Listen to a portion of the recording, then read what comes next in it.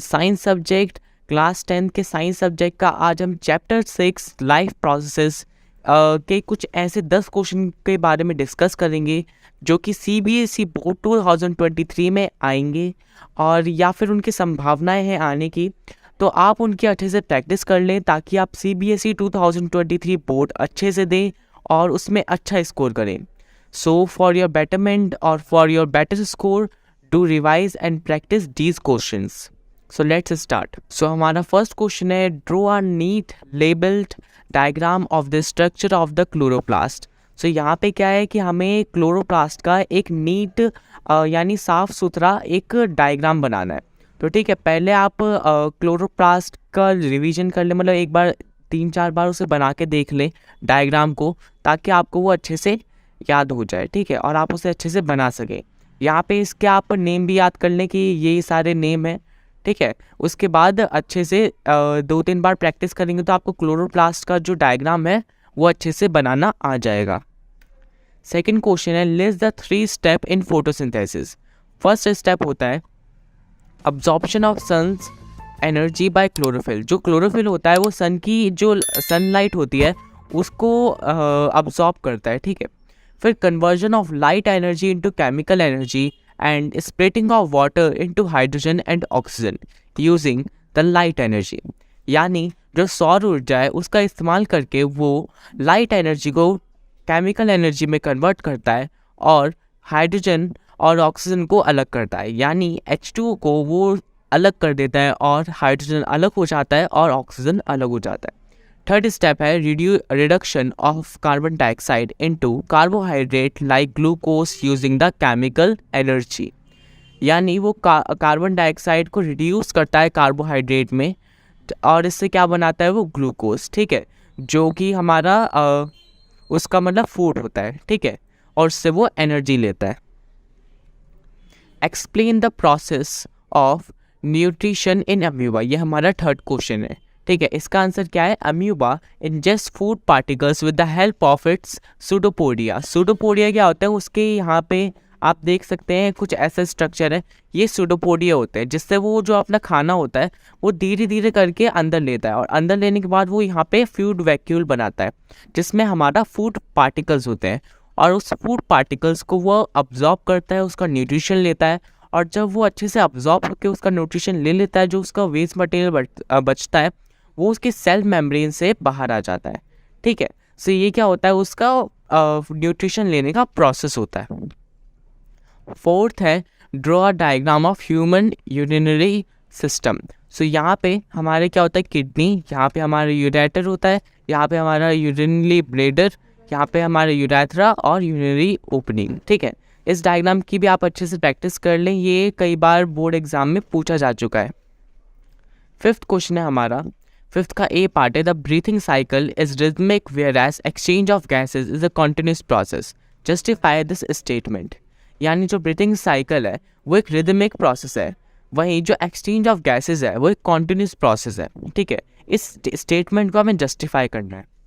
The breathing cycle involves inhalation and exhalation of air due to alternate expansion and contraction of thoracic cavity. Thus, it is a rhythmic process. But exchange of gases is a continuous process as it takes place between the blood and each and every cell by diffusion. यानी कि जो rhythmic process होता है उसके अंदर क्या होता है कि हमारी जो ब्रीथिंग साइकिल होती है उसमें इनहेलेशन और एक्सहेलेशन होता है थ्रू द लंग्स। बट जो डिफ्यूजन होता है, डिफ्यूजन क्या होता है, वो हाई कंसंट्रेशन से लो कंसंट्रेशन में हमारी जो एयर होती है वो फ्लोट करती है। ठीक है, तो वो होता है हमारा डिफ्यूजन। हमारा बी क्वेश्चन है, what happens if the conducting tube of the circulatory system develop a leak, state in brief how could this be avoided. ठीक है, सो इसका आंसर होगा the circulatory system will become inefficient if it is developed a leak. This could be avoided by maintaining a normal blood pressure. यानी कि ये कह रहा है कि अगर हमारा जो सर्कुलेटरी सिस्टम है उसमें कोई लीक हो जाता है, यानी वो ज़्यादा ब्लड प्रेशर की वजह से थोड़ा सा डैमेज हो जाता है, तो फिर उसको हम कंट्रोल कैसे कर सकते हैं? इसको हम कंट्रोल कर सकते हैं अपने बीपी को मेंटेन करके, यानी अपने ब्लड प्रेशर को मेंटेन करके। ठीक है, उससे हम अपना ब्यूटी मेंटेन करेंगे तो हमारे जो इनएफिशिएंसी है वो नहीं होगी। सी क्वेश्चन है, how does the opening and closing of stomata take place, यानी जो स्टोमेटा की ओपनिंग और क्लोजिंग है वो कैसे होती है। When water flows into the God cells swell and the stomatal pore opens up. When the water moves out the God cells shrink and the stomatal pore closes. यानी जब water जो होता है वो गार्ड सेल्स में आता है तो जो गार्ड सेल्स होते हैं वो खुल जाते हैं, ठीक है, यानी ओपन हो जाते हैं। पर जब वो जो वाटर होता है वो वहाँ से चला जाता है तो फिर वो दोबारा से श्रिंक हो जाते हैं। 6 क्वेश्चन है, name the respiratory organ of the fish, mosquito and earthworm. तो फिश का रेस्पिरेटरी ऑर्गन क्या होता है, गिल्स, मॉस्किटो का ट्रैकिया जिसे हम एयर ट्यूब भी बोलते हैं, और अर्थवर्म का होता है मॉइस्ट स्किन। फिश में हमारी गिल्स देख सकते हैं हम, यहाँ पे उसका डायग्राम है। यहाँ पे मॉस्किटो है, ठीक है, मॉस्किटो का क्या होता है, ट्रैकिया होता है, और यहाँ पे हमारा अर्थवर्म है। अर्थवर्म का आप देख सकते हैं कि वो यहाँ से ऑक्सीजन लेता है और यहाँ से ऑक्सीजन जो कार्बन डाइऑक्साइड है उसको मतलब बाहर निकालता है। सो 7 क्वेश्चन है, what advantage over an aquatic organism does a terrestrial organism have with regard to obtain oxygen for respiration. ठीक है, इसका आंसर होगा adaptation of terrestrial organism over aquatic organism for essential uptake of oxygen from air. First है increase respiratory surface area, second very fine and delicate surface for easy exchange of oxygen and carbon dioxide, third placement of respiratory surface within the body for protection, fifth mechanism of moving the air in and out of the respiratory surface whereas the oxygen is absorbed। ठीक है, सो इसमें हमें बताना है कि हमारी advantages क्या होगी एक्वेटिक ऑर्गेनिज्म और जो टेरेस्ट्रियल ऑर्गेनिज्म हैं उन दोनों के लिए सांस लेने में। ठीक है, तो यहाँ पे उसके एडवांटेजेस दे रखे हैं कि उनको मैकेनिज्म उनका ऐसा बन जाता है, जैसे एक्वेटिक जो ऑर्गेनिज्म होता है उनका मैकेनिज्म अलग होता है और टेरेस्ट्रियल का अलग। तो एक्वेटिक का जो ऑर्गेनिज्म है वो टेरेस्ट्रियल में सांस नहीं ले सकता, वो सिर्फ एक्वेटिक में सांस ले सकता है। ठीक है, वैसे ही टेरेस्ट्रियल का भी है। सो ये उनके मैकेनिज्म से उनके लिए काफ़ी अच्छा होता है कि वो ऑक्सीजन को अच्छे से अब्जॉर्ब कर सकते हैं। 8th क्वेश्चन का फर्स्ट पार्ट है, right the balance chemical equation for the process of photosynthesis. Photosynthesis can be represented using a chemical equation. The overall balance equation is 6 CO2 यानी कार्बन डाइऑक्साइड प्लस 12 H2 यानी water into sunlight. Sunlight किस में absorb होगी, chlorophyll के अंदर। ठीक है, तो सनलाइट जो है वो क्लोरोफिल के अंदर अब्जॉर्ब होगी और वो क्या बनाएगी, ग्लूकोज यानी C6H12O6 प्लस बनाएगी हमारा H2O प्लस बनाएगी हमारा ऑक्सीजन। ठीक है, सेकेंड क्वेश्चन है, what do the desert plant take up carbon dioxide and perform photosynthesis. Desert plants open up their stomata during night and take CO2. Stomata remains closed during the day time to prevent the loss of water by transpiration. They store the CO2 in their cell until the sun comes out and they can carry on with photosynthesis during the daytime. यानी day time में वो क्या करते हैं, जो अपने stomatal pore होता है उसको क्लोज कर लेते हैं, जिससे जो वाटर होता है वो वहाँ से बाहर नहीं जा सकता। ठीक है, जिससे उनका जो वाटर होता है वो सिक्योर रहता है। और नाइट टाइम में वो ट्रांसपिरेशन करते हैं। ठीक है, यानी वो क्या करते हैं, CO2 अब्जॉर्ब करते हैं, क्योंकि नाइट टाइम में इतनी धूप नहीं होती कि वो वाटर को सुखा सके। सो 9th क्वेश्चन है, state 2 differences between arteries and veins. Arteries carry oxygenated blood away from the heart except pulmonary artery. These are thick walled highly muscular except artery of cranium and vertebral column.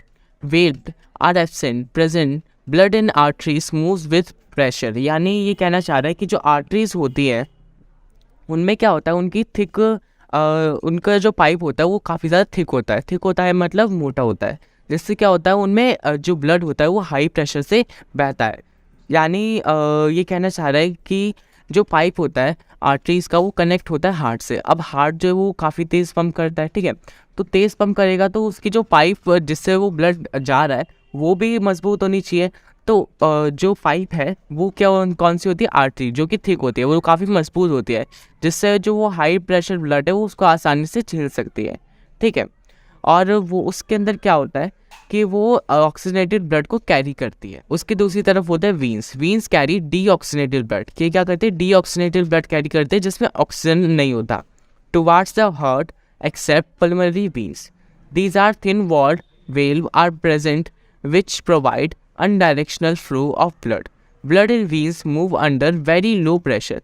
यानी इसका जो pipe होता है वह काफ़ी ज़्यादा thin होता है, ठीक है, और ये क्या करते हैं, लो प्रेशर वाले ब्लड को कैरी करती है। वहीं दूसरी तरफ जो आर्टरी होती है वो हाई प्रेशर वाले ब्लड को कैरी करती है। 10th क्वेश्चन है, give one reason why multicellular organism require a special organ for exchange of gases between their bodies and their environment.